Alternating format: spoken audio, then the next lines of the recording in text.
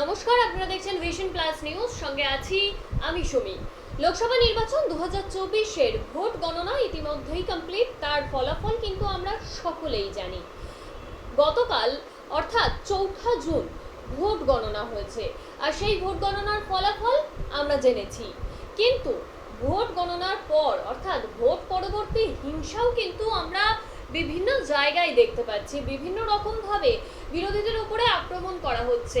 সেটা যে দলের বিরোধী হোক না কেন, শাসক দলের বিরুদ্ধে কিন্তু এমনই অভিযোগ উঠে আসছে বারবার। একাধিক জায়গায় এক এক রকমের অত্যাচার চলছে বলেও উঠে আসছে। এবার দেখা গেল বরানগরের সিপিআইএম পার্টি অফিস, সেখানে চলেছে ব্যাপক ভাঙচুর। আর অভিযোগ কিন্তু উঠছে অবশ্যই শাসক দল অর্থাৎ তৃণমূল কংগ্রেসের দিকে।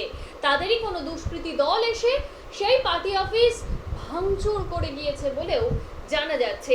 এই বিষয়ে আমরা আরো বিস্তারিত জেনে নেব সেখানকার স্থানীয় সিপিআইএম কর্মী স্বপনবাবুর কাছ থেকে। হ্যাঁ, তো আপনি যদি একটু আমাদের দর্শকদের জানাতেন যে ওখানে এক্স্যাক্টলি কি হয়েছে, এবং আপনারা অবভিয়াসলি তৃণমূলের দিকেই আঙুল তুলছেন, তো সেই বিষয়ে যদি একটু জানাতেন। অ্যাকচুয়ালি বিষয়টা হচ্ছে, কালকে আমাদের কমরেডরা ওখানে বেলা 1:30 অব্দি বসেছিল। পার্টি অফিসে টিভি চলছিল, তার সংবাদ দেখছিল আর কি। এবং সংবাদে যখন রেজাল্ট খারাপের দিকে যায় পার্টির, তখন তারা আস্তে আস্তে সবাই পার্টি অফিস থেকে বেরিয়ে যে যার বাড়ির দিকে চলে যায়। এখন পার্টি অফিসের ভেতরে আমাদের একজন লোক থাকে, ওখান থেকেই দোকান চালায়, সে ওই ওপরে থাকে আর কি। সে ওই ঘর থেকে বেরিয়েছিল, দরজাটা খোলা ছিল।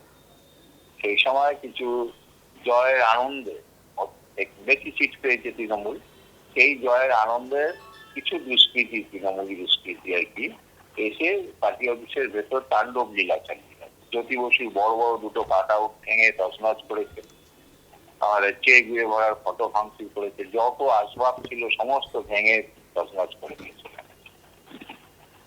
আচ্ছা, তো অন্য বিষয়ে যদি একটু কথা বলি, সিপিআইএম এবারও কোনো খাতা খুলতে পারলো না, সে বিষয়ে আপনি কি বলবেন?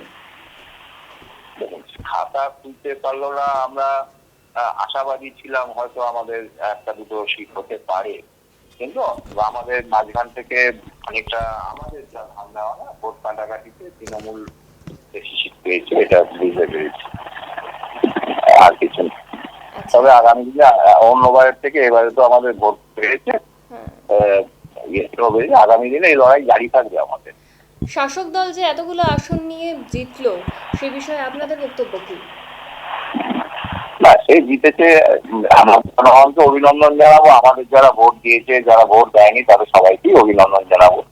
এখন জিতেছে, ঠিক আছে। গণতন্ত্র নাম করে যদি এখন ধরুন বিরোধীদের কন্ট্রোল করার চেষ্টা করে, তাহলে তো সে লড়াই ছিল, আরো তীব্র হবে লড়াই, সে লড়াই। কিছু কিছু জায়গায় সিপিআইএম ভালো ফল করবে বা জিততে পারে এমন আশা করা হয়েছিল, সেটা হলো না। তো সেটা নিয়ে আপনাদের মনে কোনো সংশয় কি আছে? আর জিত হতেই পারে, এটা কোনো প্রশ্ন নেই। মানুষ যাদেরকে পছন্দ করেছে, ভোট দিয়েছে, মানুষের রায় আমরা মাথা পেতে নিয়েছি।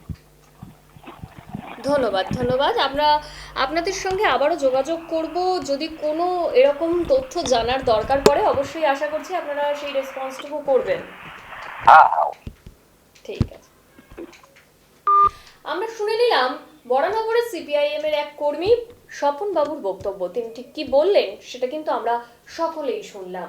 এবার ভোট পরবর্তীতে হিংসা কতটা জারি থাকবে এবং কতদিন জারি থাকবে, কোন কোন দলের উপরে এই আক্রমণ চলতে থাকবে, সেটাই দেখার বিষয়।